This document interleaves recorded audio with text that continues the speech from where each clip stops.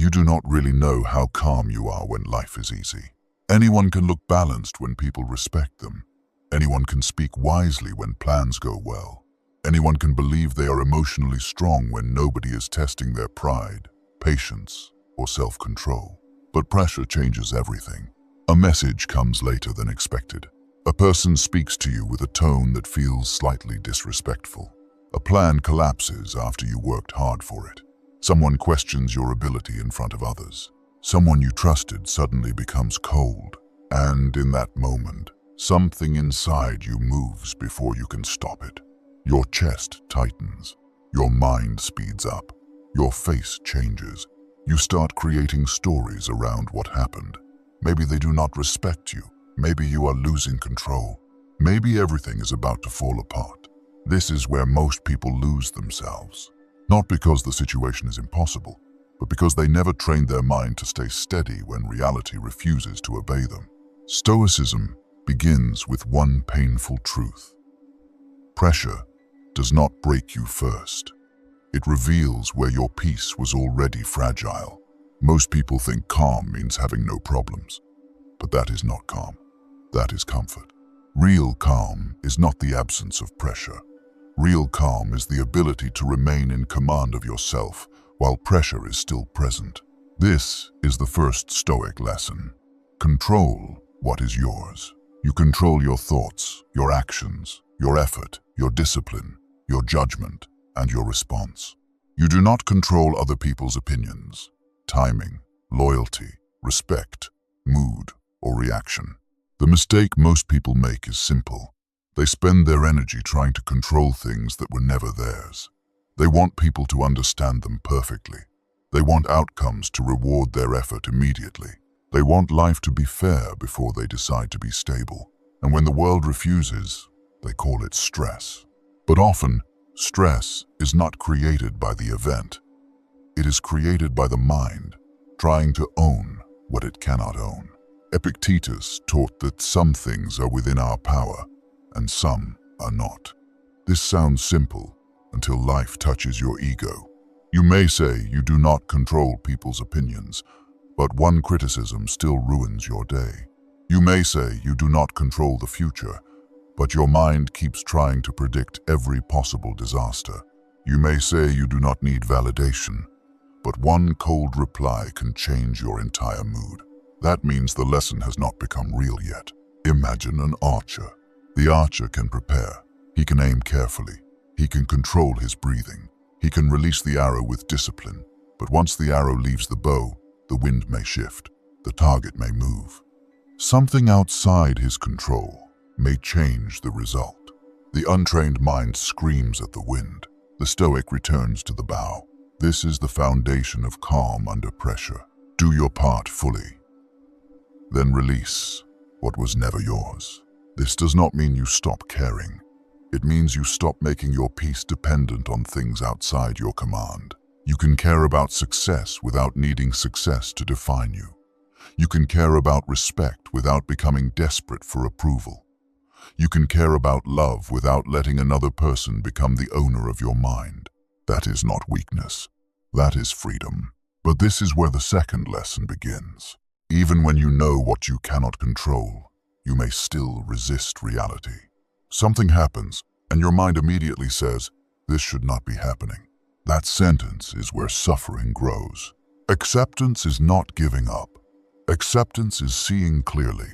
Marcus Aurelius did not live a soft life. He ruled under war, betrayal, illness, and responsibility. His calm did not come from easy circumstances. It came from understanding that reality does not wait for your permission. A calm mind does not begin by saying, "I like this." It begins by saying, "This is what is here." Only then can it act wisely. Most people waste their first energy under pressure arguing with reality. They ask, "Why me?" They ask, "Why now?" They ask, "Why did they do that?" They ask, "Why is this unfair?" But reality does not become lighter because you argue with it. The event already happened. The words were already spoken. The loss already arrived. The delay already exists. Now the only question is, What will you do with it? The weak mind stays trapped in resistance. The Stoic mind moves toward right action. This is why calm people look different. It is not because they never feel pain. It is because they do not waste as much energy denying what is already real. They accept the moment first, then choose their response. And once you understand this, you start to notice something uncomfortable. Pressure is not only outside you. Much of it is created by the meaning you attach to what happens. One person ignores your message, and you assume disrespect. One person disagrees with you, and you assume attack. One plan fails, and you assume you are a failure. The event is small. The interpretation becomes huge. This is why Stoicism is not only philosophy, it is mental discipline. It teaches you to separate the event from the story your wounded mind creates around it. Because often, you are not suffering from what happened. You are suffering from what you decided it means. That is where real training begins. The mind under pressure rarely sees clearly. It does not simply observe what happened. It adds fear, memory, pride, expectation, and imagination. Then, it calls the result reality. This is why two people can experience the same event and have completely different reactions. Someone does not respond to a message. One person thinks they are busy. Another thinks they are disrespecting me. Another thinks I am not important. Another thinks I need to regain control. Same event, different judgment, different emotion, different reaction. This is one of the deepest Stoic lessons. It is not events alone that disturb us, but the judgments we form about them. That does not mean events do not matter. It means your interpretation decides how deeply they enter you. A criticism can become information, or it can become humiliation. A delay can become inconvenience, or it can become proof that life is against you. A person's silence can become space, or it can become abandonment. The difference is not only the situation. The difference is the mind receiving it. This is why the third lesson is so important. Stay in the present moment. Most people under pressure are not actually dealing with the present. They are dealing with memory and prediction. Something happens once, but the mind repeats it 100 times. You replay the tone. You imagine the consequences. You prepare arguments. You predict rejection.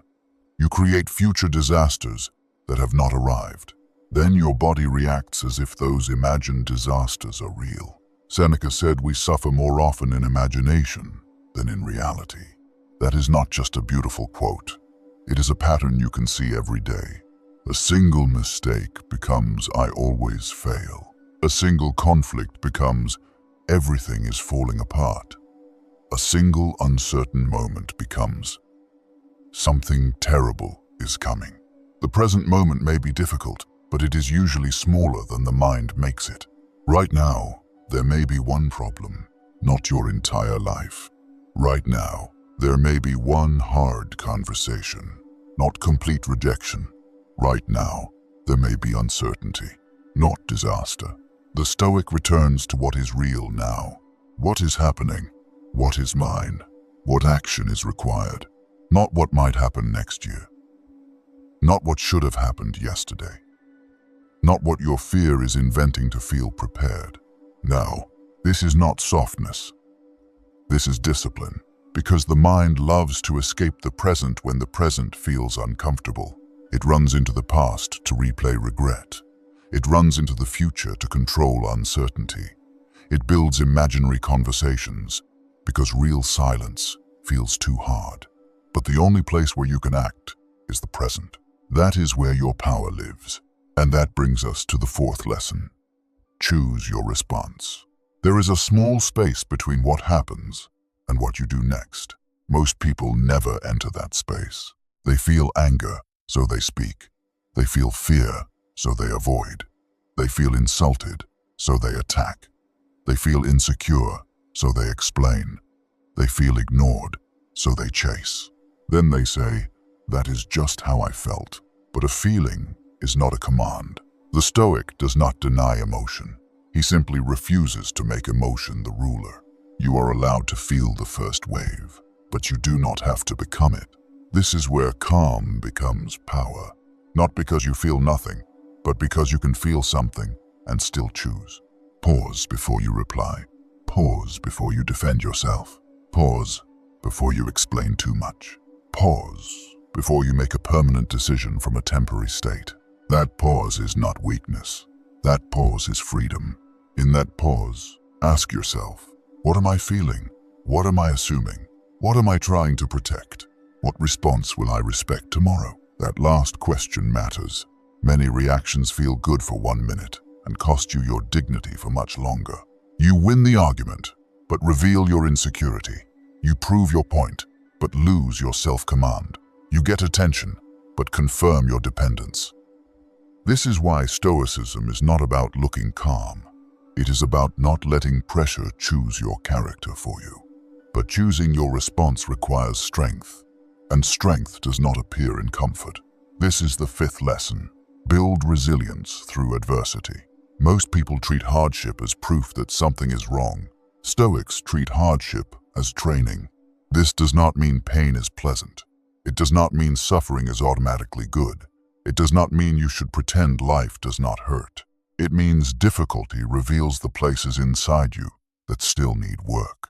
A delay reveals impatience. Criticism reveals pride. Uncertainty reveals your addiction to control. Silence reveals your need for reassurance. Failure reveals whether your identity depends too much on success. Pressure is useful because it shows you what still owns you, but only if you are willing to look. Some people suffer and become wiser. Others suffer and become bitter. The difference is not the pain. The difference is what they do with it. A bitter person turns pain into protection. A Stoic turns pain into training. That difference changes everything. When pressure comes, do not only ask, how do I escape this? Ask, what is this showing me? Maybe it is showing you that your peace depends too much on approval. Maybe it is showing you that your patience only exists when things go your way. Maybe it is showing you that your confidence disappears when nobody confirms it. This is uncomfortable, but it is valuable, because every pressure point can become a place of training, and the person who trains under pressure becomes less surprised by pressure.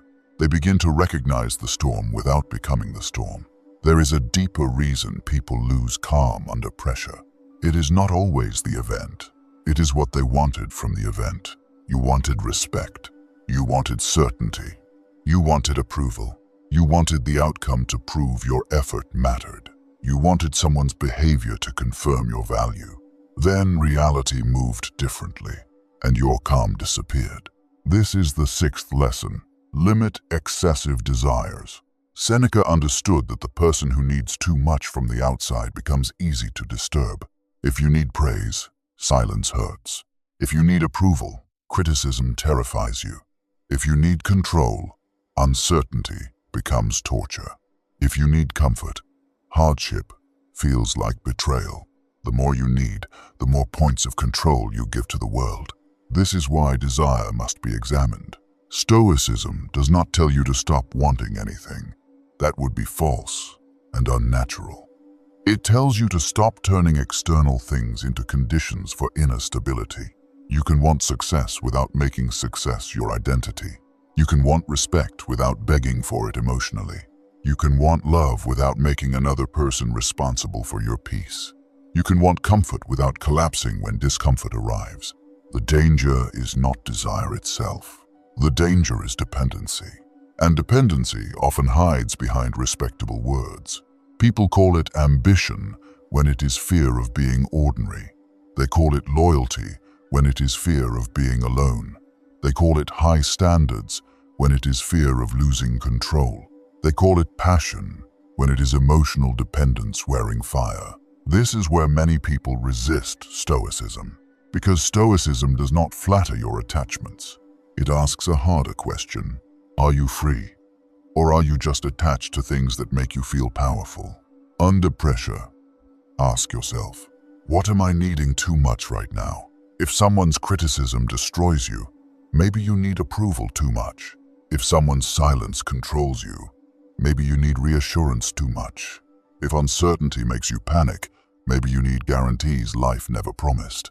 If failure feels like death, maybe your identity is too dependent on winning. This is not judgment, it is diagnosis. Once you see the desire, the pressure becomes clearer. The situation did not only hurt you, it threatened something you were depending on.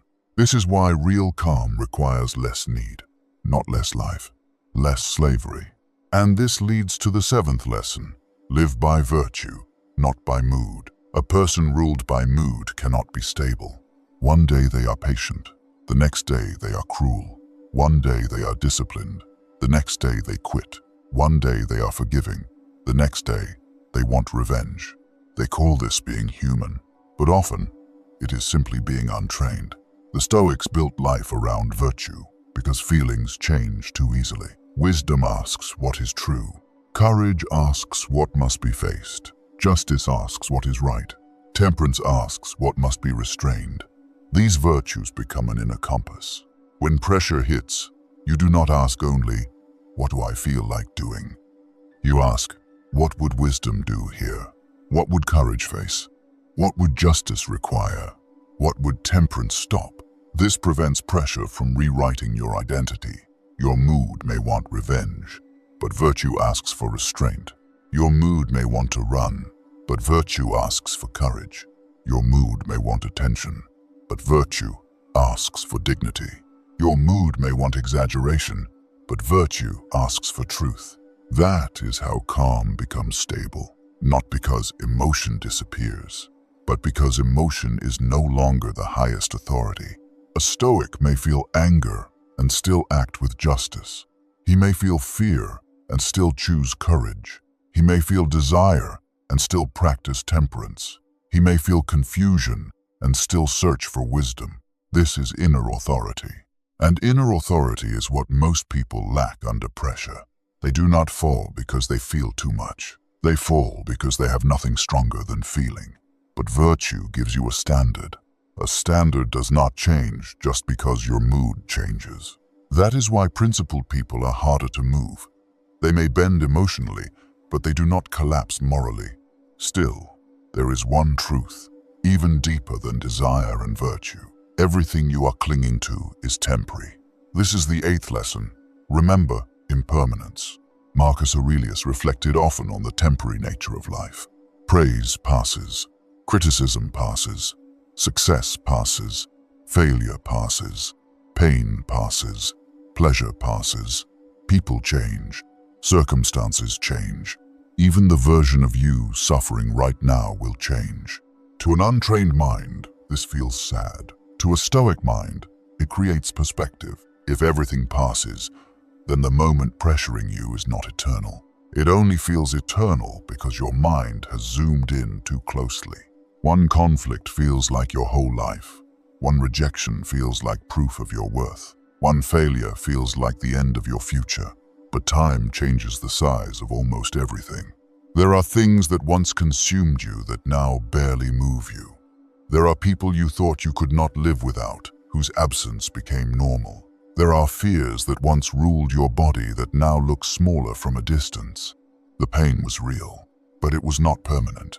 Under pressure, remind yourself, this is a moment, not my entire life. That sentence does not solve everything, but it restores proportion. And proportion is one of the hidden foundations of calm. The person without perspective becomes possessed by the immediate. Whatever happens now becomes everything. Whatever hurts now becomes forever. The Stoic steps back. He remembers that the present is real, but not infinite. And because he remembers this, pressure loses some of its authority. There are two final lessons that complete the Stoic path to calm.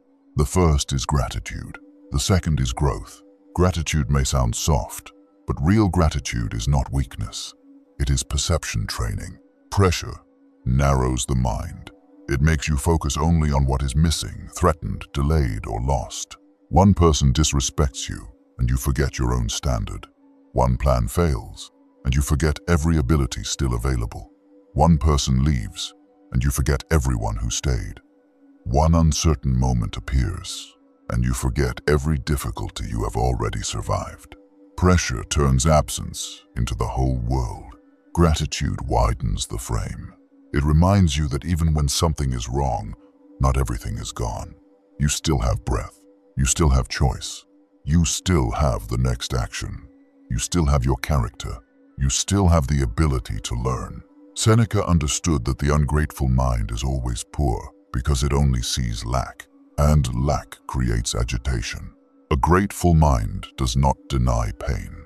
It simply refuses to let pain become the only truth. Under pressure, gratitude sounds like this. This is hard, but I still have a response. This hurts, but I still have dignity. This is uncertain, but I still have discipline. This failed, but I still have something to learn. That is not fake positivity. That is mental balance. The mind that sees only what is missing becomes easy to break. The mind that can still see what remains becomes harder to control. This is why gratitude belongs in Stoicism. It protects the mind from becoming hypnotized by loss. But gratitude alone is not enough. You must keep learning and growing. This is the 10th lesson. Stoicism is not something you understand once. It is something you practice every time life tests you. You will not become calm because you heard a wise idea. You become calm by returning to that idea when your body wants to react. You will fail. You will react when you meant to pause. You will overthink when you meant to stay present. You will chase approval when you meant to stand firm. You will resist reality when you meant to accept it. But the Stoic path is not perfection. It is correction. Every reaction becomes information. Every pressure point becomes a lesson. Every difficult moment becomes training. If you reacted too quickly, train the pause. If you chased reassurance, train solitude. If you exaggerated the problem, train perspective. If you needed approval, train self-respect. If you collapsed under uncertainty, train action without guarantees. This is how calm is built, not through fantasy, through repetition. And here is the hardest truth. Many people say they want calm, but they actually want control. They want people to stop triggering them. They want outcomes to confirm them. They want certainty before they act. They want life to stop touching the parts of them that are still untrained. Then they call that peace. But it is not peace. It is a world arranged around their sensitivity. Stoicism does not give you that world. It gives you the strength to stop needing it. This is why real calm feels uncomfortable at first, because it asks you to give up the hidden rewards of reaction. Anger gives you a feeling of power. Anxiety gives you a feeling of preparation. Overthinking gives you a feeling of control. Withdrawal gives you a feeling of superiority. Victimhood gives you a feeling of moral safety. These patterns hurt you, but they also give you something. That is why you return to them. Stoic growth means seeing the reward hidden inside the reaction. What does your reaction give you? Does it make you feel right? Does it protect you from uncertainty? Does it help you avoid responsibility? Does it make the wound feel important? This is where self-mastery begins. Not every storm around you is your fault, but not every storm inside you is innocent. That line is difficult, but it is necessary. Now the 10 lessons become clear. Control what is yours. Accept what is real. Stay in the present. Choose your response. Build resilience. Limit excessive desire. Live by virtue. Remember, impermanence. Practice gratitude. Keep learning and growing. These are not just lessons. They are ways of taking your mind back. Because the world will not stop applying pressure. People will test you. Plans will fail. Outcomes will shift. Respect will not always arrive. Certainty will not always be available. Life will not always explain itself before it hurts you. The question is not whether pressure will come. The question is what pressure will find when it arrives. Will it find a mind that gives itself away instantly? Or will it find a person trained enough to pause, see clearly, and return to what is theirs? That is the quiet power of Stoicism. Not that nothing moves you, but that nothing owns you without your permission. Calm is not a mood. It is distance. Distance between event and judgment. Distance between feeling and action. Distance between desire and identity. Distance between pressure and the part of you that chooses. That distance is freedom. The calm person is not untouched. They are not empty. They are not above life. They simply do not confuse every inner movement with a command. Anger may appear, but it does not automatically speak. Fear may appear, but it does not automatically lead. Pain may appear, but it does not automatically become identity. Pressure may appear, but it does not become master. That is the final meaning of staying calm under pressure. You stop waiting for the world to become safe enough for your nervous system. You stop needing every person to behave correctly before you behave correctly. You stop treating temporary moments like permanent verdicts. And slowly, something changes. You become harder to provoke. Not because you are cold, because you are clear. You become harder to manipulate. Not because you trust no one, because you need less from everyone. You become harder to break. Not because nothing hurts, because pain no longer decides who you become. So when pressure comes again, do not ask first how to escape it. Ask what it is trying to take from you. Your judgment, your dignity, your restraint, your perspective, your character. Then return to what is yours. The breath, the pause, the next right action. That is enough. Because calm was never the absence of pressure. Calm is the part of you that pressure cannot take.